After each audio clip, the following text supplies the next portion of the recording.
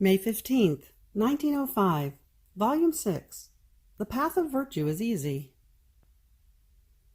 Continuing in my usual state, Blessed Jesus came for a little and told me, "My daughter, they say that the path of virtue is difficult. False. It is difficult for one who does not move, because knowing neither the graces, nor the consolations she would receive from God, nor the help for her to move, it seems difficult to her.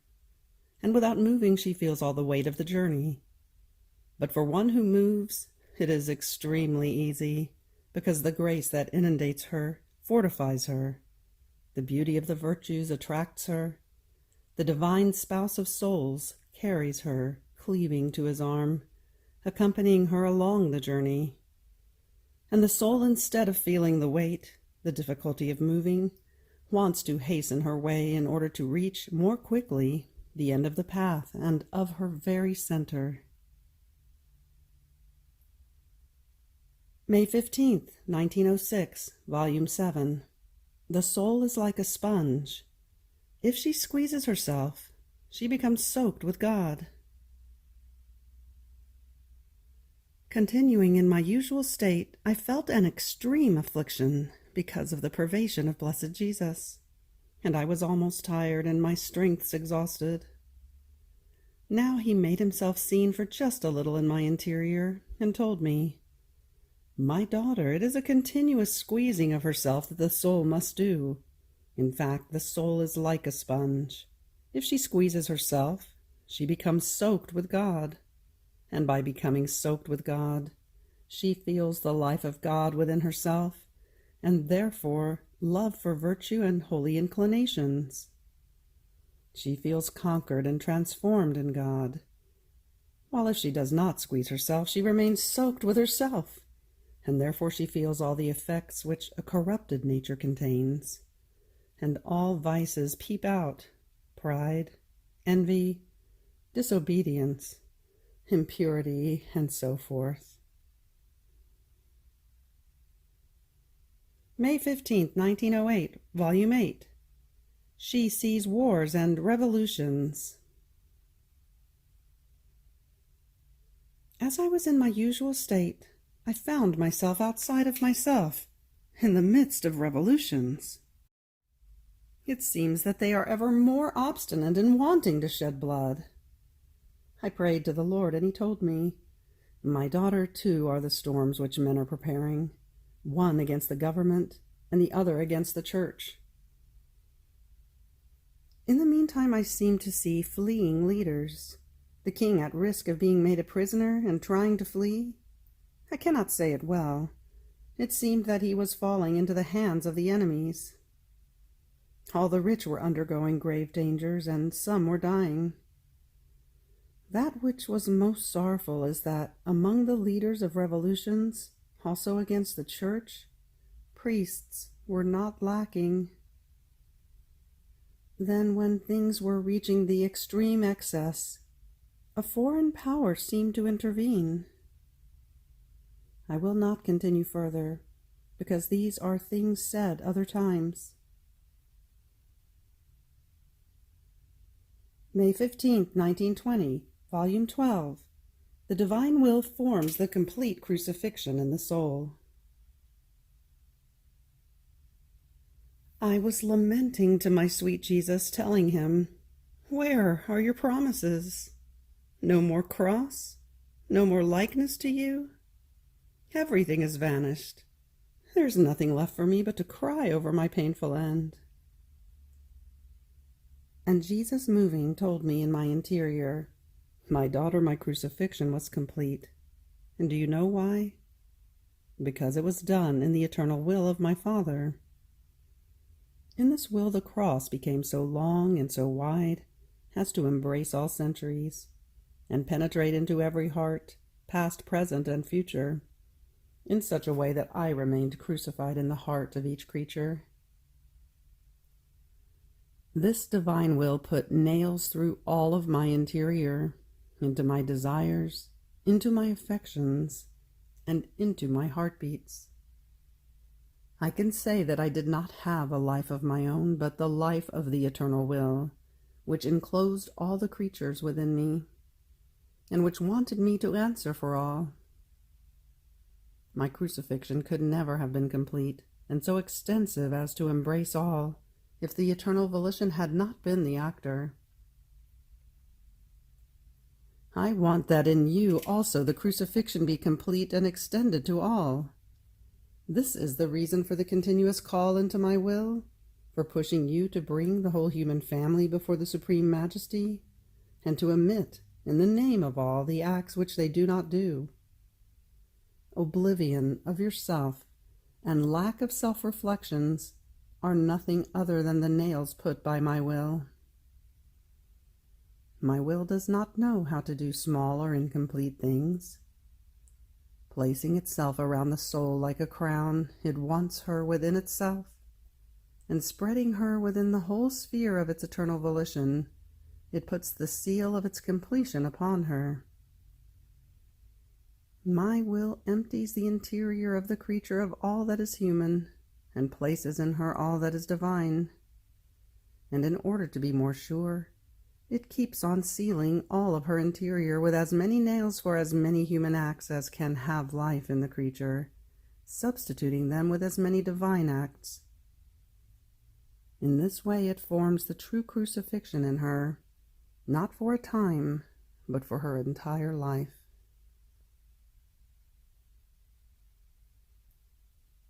May 15th, 1922, Volume 14, Laments and Fears of Louisa. Jesus shows her how much he loves her. Continuing in my usual state, I felt all oppressed because of the privation of my sweet Jesus.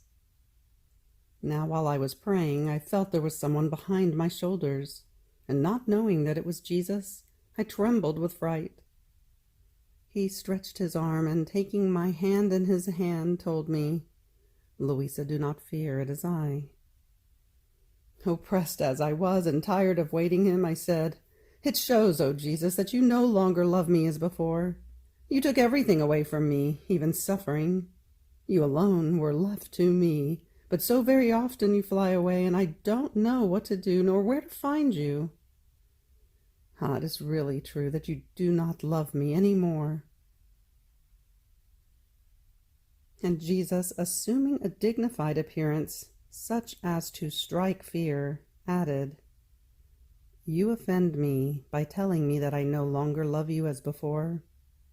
Mind this, for the mere suspicion that I may not love you is the greatest offense for me." How is this? I don't love you? So you hold all the graces I am giving you as trifles? I remained confused, and I really trembled at seeing the severe look of Jesus, and in the depth of my heart I implored forgiveness and pity. And he, softening, "Promise me that you will not say it any more, and to show you that I love you, I want to make you suffer, letting you share in my pains."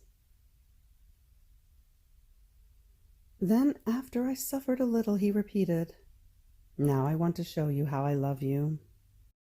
So he showed his heart, opened, and immense seas of power, of wisdom, of goodness, of love, of beauty, of sanctity, came out from within it. In the center of each one of these seas it was written, "Louisa, daughter of my immensity, daughter of my power, daughter of my wisdom, daughter of my goodness, daughter of my love, daughter of my beauty, daughter of my sanctity." The more I looked, the more I remained confused. And Jesus, have you seen how much I love you? And how not only in my heart, but in all of my attributes I carry your name written? And your name written in me makes ever new currents of grace, of light, of love, and so forth, open for you. Yet you tell me that I do not love you. How can you even suspect this? Only Jesus knows how crushed I remained, thinking that I had offended my Jesus and even in his presence. Oh God, what pain, how awful guilt is.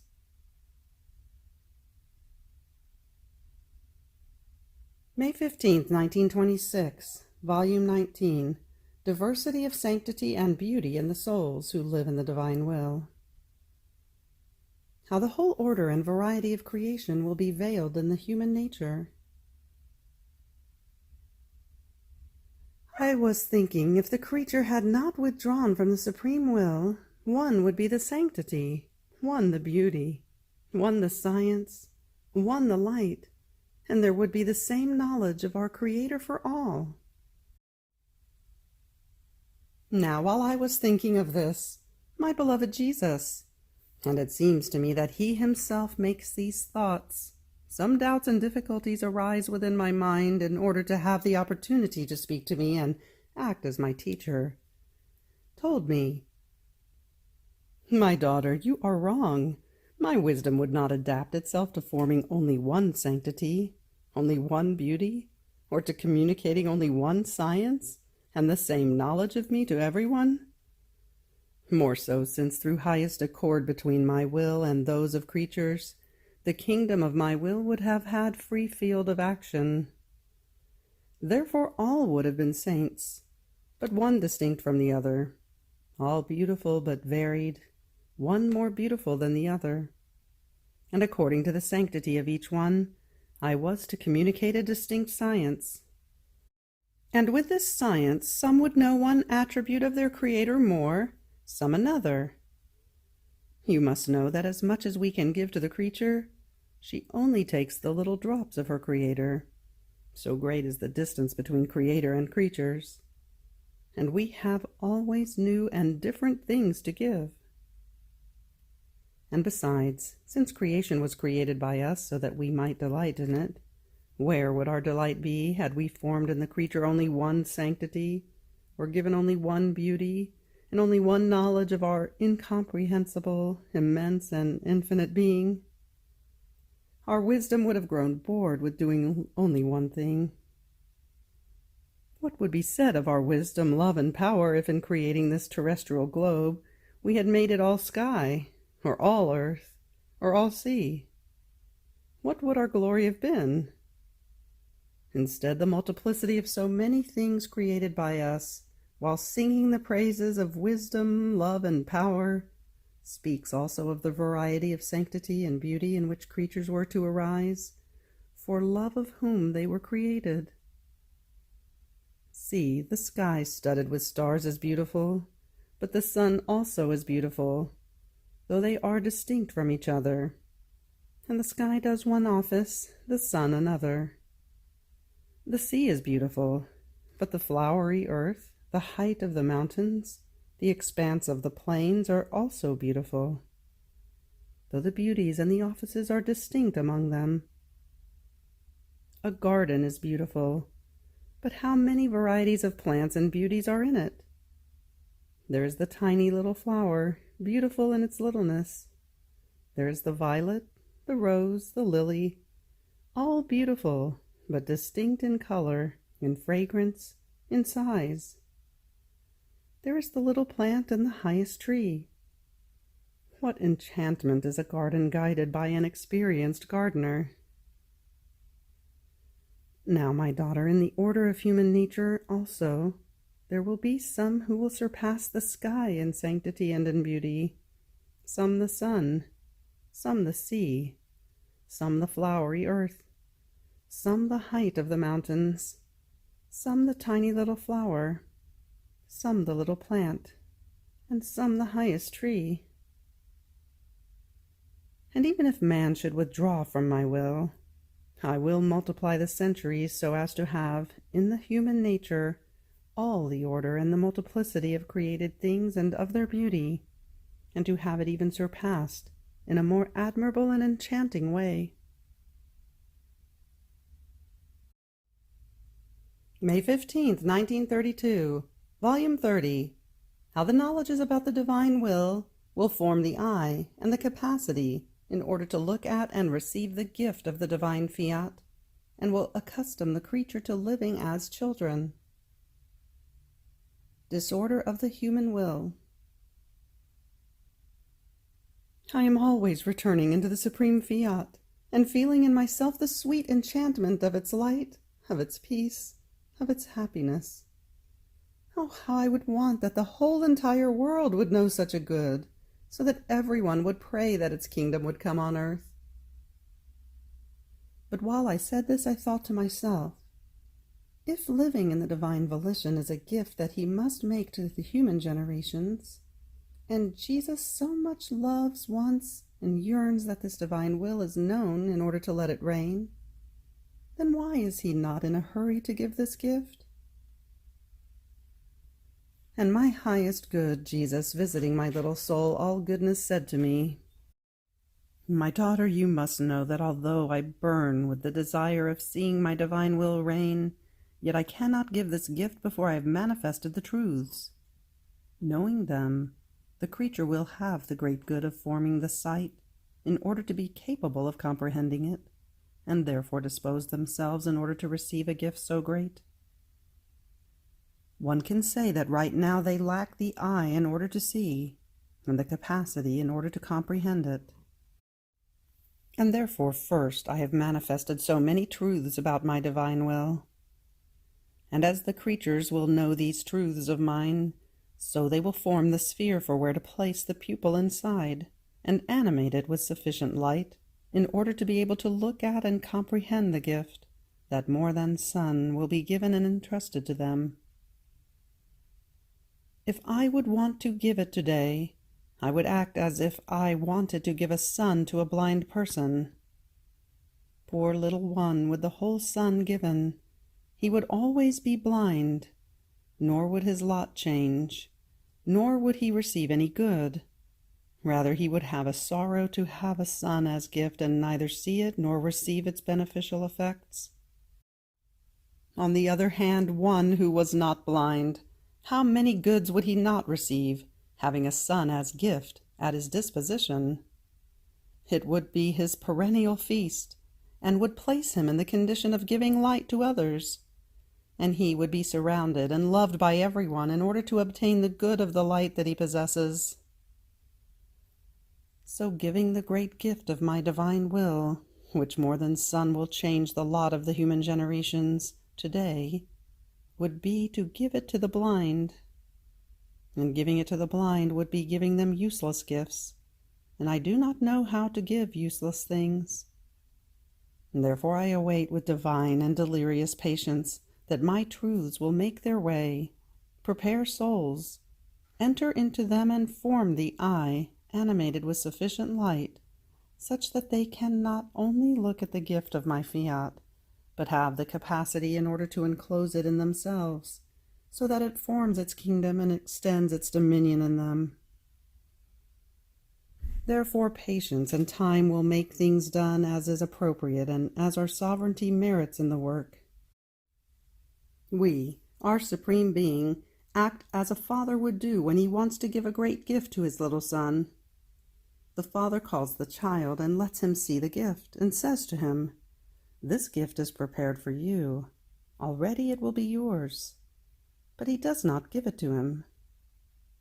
The son remains surprised, enraptured in seeing the gift that his father wants to give him, and remaining around the father, he prays him that he give the gift. And not knowing how to separate from him, he prays and prays again because he wants the gift. Meanwhile, the father, seeing him around himself, profits in instructing the son to make him comprehend the nature of the gift, the good, the happiness that he will receive from this gift. The son becomes mature with the manifestations of the father, and capable not only of receiving the gift, but of comprehending what the gift that he must receive encloses of the good, of the great. Therefore he presses himself more around the Father. He prays and prays again. He yearns for the gift. He reaches at crying and does not know how to remain any more without the gift. One can say that he has formed in himself, with his prayers and sighs, with acquiring the knowledges about the gift that his Father has made for him, the life, the space, for where to receive the gift as in sacred deposit. The Father's delay to give the gift to his Son has been a greater love. He burned, he yearned to give the gift to his Son, but he wanted him capable, and that he would understand the gift that he received. And as soon as he sees him mature, in order to receive such a good, immediately he gives it to him. So do we do. More than Father, we yearn to give the great gift of our will to our children, but we want that they know what they are receiving. The knowledges about it mature our children and make them capable of receiving such a good. The so many manifestations that I have made will be the true eyes of the soul, in order to be able to look at and comprehend what our paternal goodness, for so many centuries, wants to give to creatures. Even more because the knowledges that I have manifested about my divine will, as they become known by creatures, will cast in them the seed to make germinate the love of children toward their celestial Father. They will feel our paternity, and if he wants that they do his will, it is because he loves them and wants to love them as children in order to participate in his divine goods. Therefore, our knowledges about the divine Fiat will make them accustomed to living as children, and then will cease every marvel that our Supreme Being gives to its children the great gift of our will. It is a right of children to receive the properties of the Father, and it is a duty of the Father to give his goods to the children. One who wants to live as a stranger does not merit the possessions of the Father. Even more because our paternity craves, yearns for, and burns with the desire of want to give this gift, so that one be the will of his children. Then will our paternal love rest, when we see the work that came forth from our creative hands in the womb of our volition, in our house, and our kingdom populated by our dear children. After this I continued to think about the divine will. It seems to me that I do not know how to be if I do not think about this. And my celestial teacher added, "Blessed daughter, all the acts that my divine will does are so bound among themselves that they are inseparable, in a way that if one wants to find them, at first appearance he finds one act alone, but entering further within, he finds so many acts, distinct from one another, but fused and bound together, such that they cannot separate. The strength of union and of inseparability forms the nature of the divine work. The creation itself says this. If one single star could detach from its place in which it is connected together with all the other created things, then it would fall and would cast general disorder in all the other created things. Such is the inseparability and union that they all have together. They all have life, although distinct among themselves, and they form the beautiful harmony of the whole of creation. Separate, one can say that they lose life and cast disorder everywhere. Such is the human will separated from the will of his Creator. Not only did he himself fall, but he cast disorder everywhere. And if he could, he would have disordered everything, and the very order of his Creator. Nor is there anything to marvel at. The human will was created by us, and separated from ours it would be like a star detached from its place, where it possessed the divine strength, the union of common accord, and of all the goods with its Creator.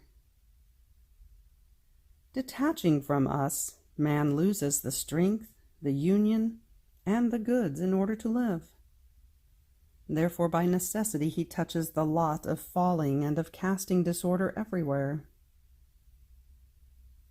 Now living in my divine will, as the soul does her first act, so she feels the strength and the union of all the acts of the divine fiat, such that one act includes and encloses all the other acts. And she feels the need of continuing her acts in order to link them together so as to develop the strength of the divine will that she feels in herself. Because as life, it does not know how to be without making itself felt.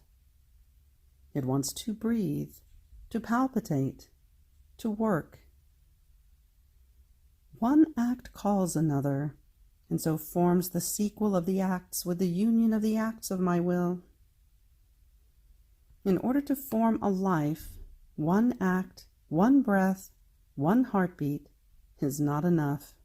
No, but there is needed continuous breathing, palpitating, and working.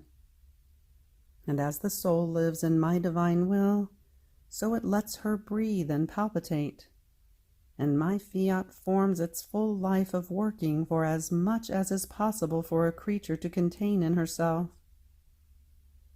Therefore, if you want its life in you, let your acts be continuous in it.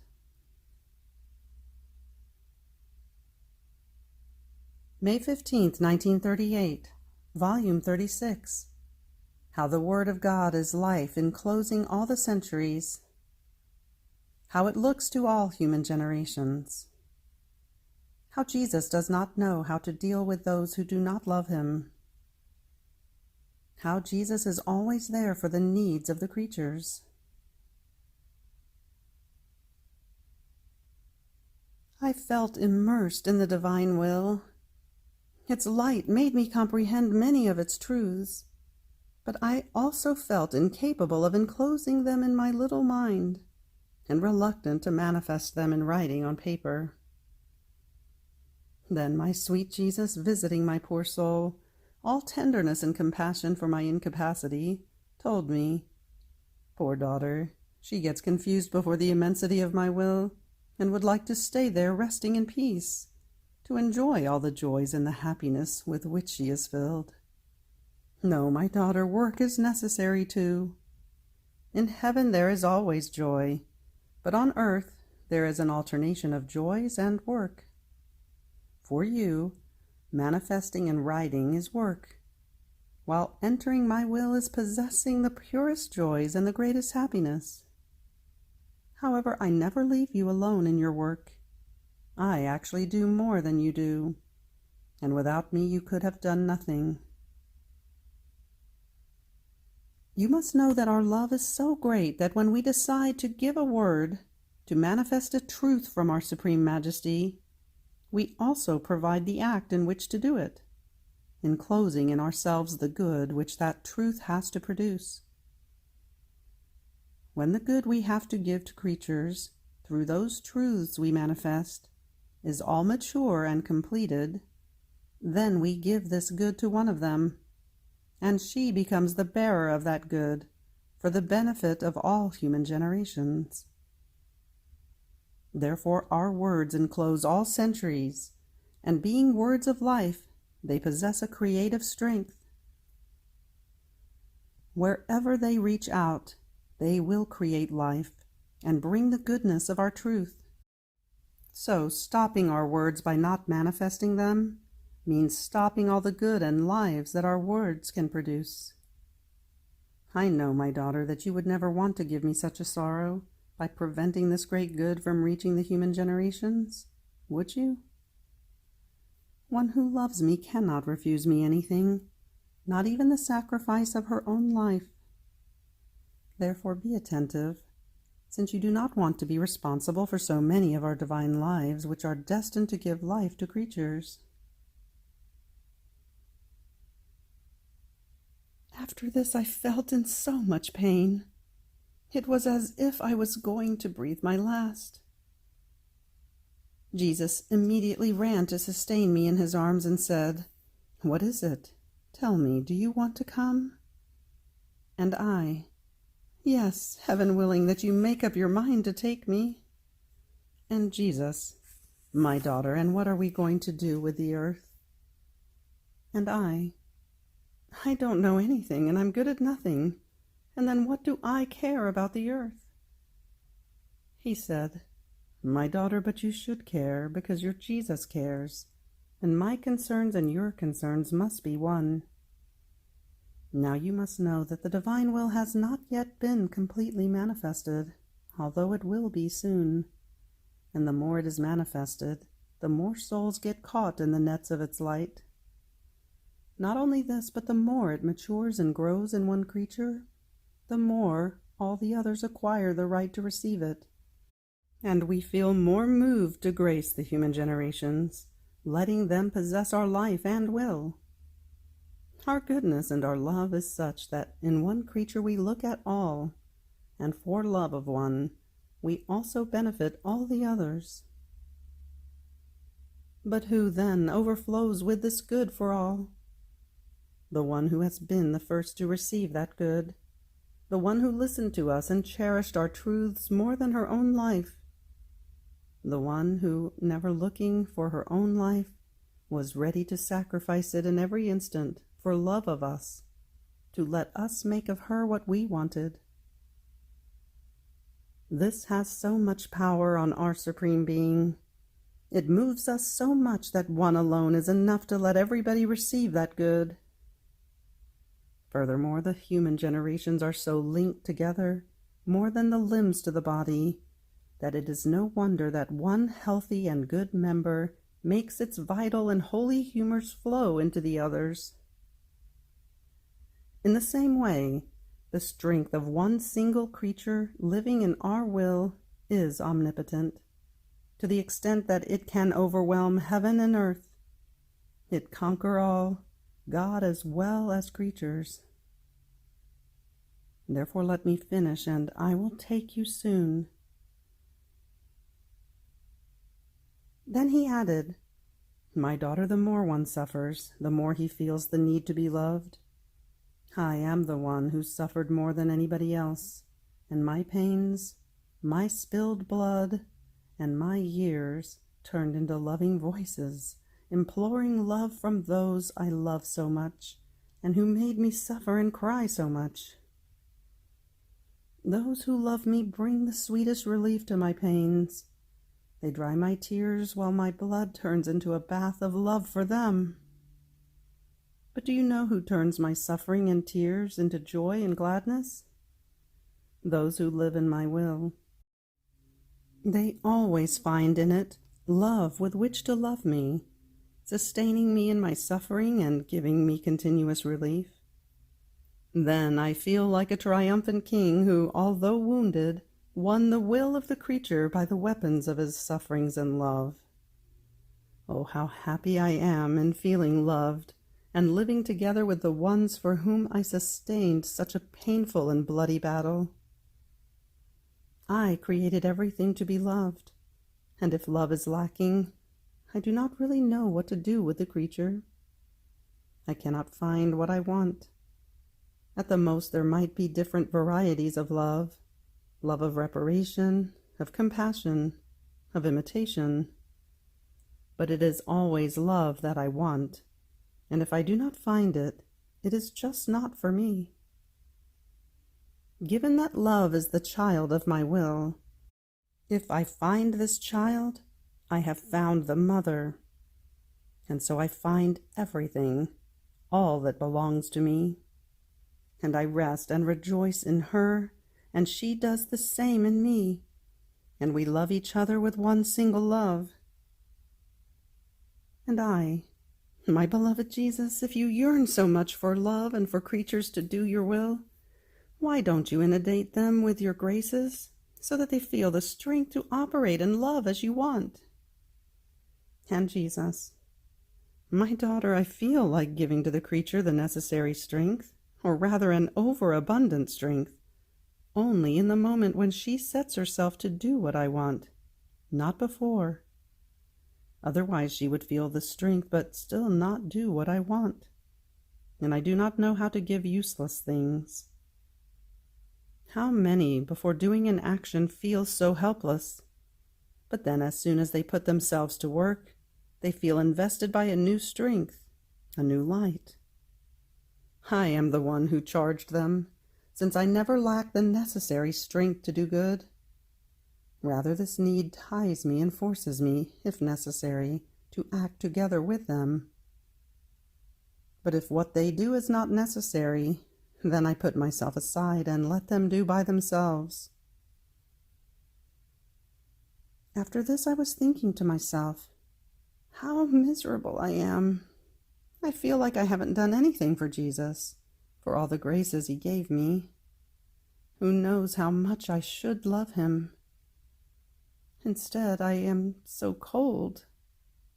It is true that I cannot love anyone other than Jesus, but I should be all on fire, and I'm not. As I was thinking that, he came back and, reproaching me sweetly, said, "My daughter, what are you doing? Do you want to waste time? Don't you know that all you should care about is knowing whether or not a state is in my will, and doing it? In my will, everything is love. Breathing, heartbeat, motion. Even the human will wants nothing other than to love me. My will, jealous of the creature, surrounds her with an air of love, so that I breathe only that love. Your Jesus never looks at what the creature feels, because many times feelings can deceive her. I look at her will and what she really wants. That is all I take. How many things there are that she feels but does not do. But if she wills, all is done. Further, in my will nothing gets lost. For whoever lives in it, everything is counted. Breaths, heartbeats, the little I love you. All things done in it remain written with indelible characters of light, and form the very life of my will. Often the gifts I have given to the creature, as well as her acts, remain hidden as her property in the depth of her will. She feels as if she has not done anything, but that is not true. At the right time, these acts will show their light inside that soul, brighter than the sun, and sanctity is there in its place of honor. Virtues are all there ready to act heroically in case of need. My will knows how to maintain harmony and its divine order. Wherever it reigns and whatever it does acquires the seal of eternity. Therefore live in it, and do not worry about anything. My will take care of you better than you would yourself. End of May 15th. Fiat.